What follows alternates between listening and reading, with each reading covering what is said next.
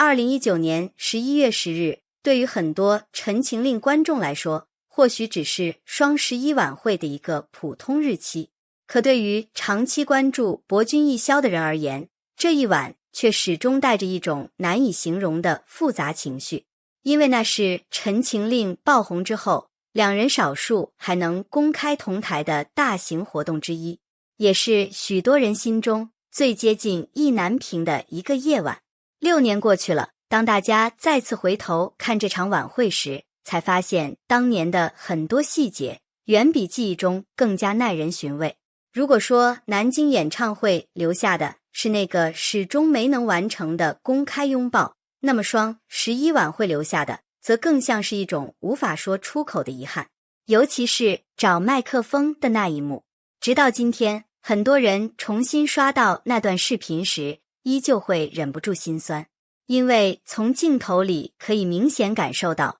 王一博当时是真的有些慌乱，他不断在舞台上寻找麦克风，像是想要说些什么，又像是急着完成某件特别重要的事情。而另一边，肖战的反应也同样耐人寻味，那个轻轻摇头的动作，那个带着无奈却又心疼的眼神，在多年之后依旧会让许多观众瞬间破防。其实真正让人难受的，从来不是没有说出口，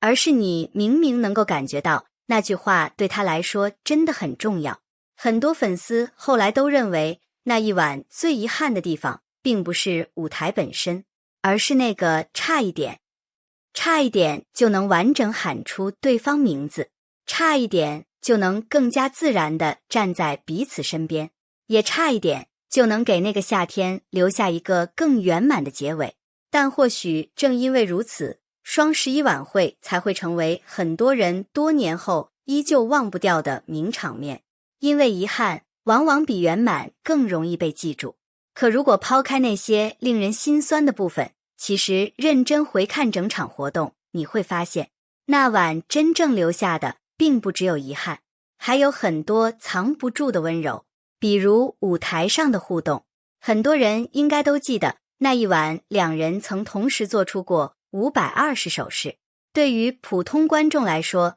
这也许只是舞蹈动作，但对于长期追过博君一肖的人而言，这种同步感本身就已经足够令人疯狂。更何况，当时两人之间的气氛明显带着一种非常自然的熟悉感，没有刻意营业的生硬，也没有故意避嫌后的疏离，反而更像是两个关系很好的人在同一个舞台上默契配合。而最让人印象深刻的，其实还是肖战演唱《余年》时的状态。很多观众后来回忆说，那天他的眼神格外温柔，尤其是在唱到关于青春与相遇的歌词时，总会让人产生一种说不清的情绪共鸣。因为《陈情令》对于他们来说，本来就不仅仅只是一部作品，它更像是一段改变人生的重要经历。那个夏天，他们一起站上顶峰，也一起面对前所未有的关注与压力。所以后来很多人在看双11晚会时，才会觉得那晚其实像是一场短暂的平静。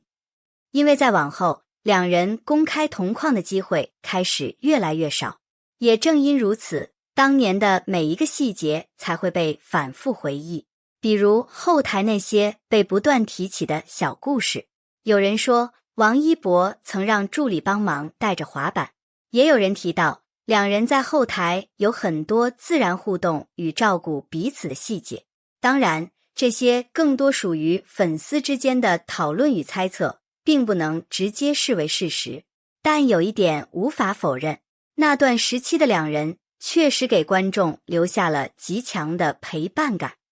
而这种感觉其实才是博君一肖最特别的地方。因为很多 CP 会让人上头，靠的是糖点，可博君一肖真正让人放不下的却是一种情绪，一种他们真的一起经历过很多的情绪。尤其是在2019年那个特殊时期里，那时候《陈情令》的热度几乎席卷全网，无论是角色、采访、花絮还是舞台，只要两人同框，就一定会引发巨大讨论。但偏偏越是在这种高关注度下，他们之间很多细微互动反而显得更加真实，因为很多情绪其实是装不出来的，比如看向彼此时下意识的笑容，比如别人说话时偷偷关注对方的反应，又比如那种在人群里依旧会第一时间寻找彼此位置的习惯。这些东西观众其实都能感受到，也正因为如此，双11晚会后来才会被很多粉丝称为最意难平的舞台之一，因为它像极了青春里的某种缩影，明明有很多话想说，却最终只能留在沉默里，明明有机会靠近，却又不得不在人群与灯光之间保持距离。而最令人感慨的是，6年过去之后，当大家再次回看那个夜晚时，情绪依旧没有变淡，甚至很多人会发现，随着年龄增长，自己反而更能理解当时的那种无奈，因为成年人的世界里有太多话不能随便说出口，尤其是站在聚光灯中央的人，他们的一举一动都会被无限放大，一句话、一个眼神，甚至一个动作都可能引发巨大讨论。所以后来很多观众慢慢意识到，也许真正珍贵的并不是某个明确答案，而是在那些无法说出口的时刻里，彼此依旧选择了默默站在对方身边。而这种感觉也恰恰是意难平3个字最真实的意义。它不是轰轰烈烈的遗憾，而是一种多年后回想起来依旧会轻轻刺痛内心的温柔。尤其是在如今这个娱乐圈更新速度极快的时代，能够让观众6年后依旧反复回忆同一个舞台，其实已经说明了一切。因为真正能留下来的从来都不是热搜，而是情绪，是那个2019年的夏天，是《陈情令》带来的青春记忆，也是双11晚会上那些没有说完的话。或许很多年后，大家依旧不会知道当时舞台上的真实想法，但至少对于无数观众来说，那晚确实曾带来过一种非常真诚的感动。而这种感动恰恰也是博君一肖直到今天依旧拥有强大影响力的重要原因。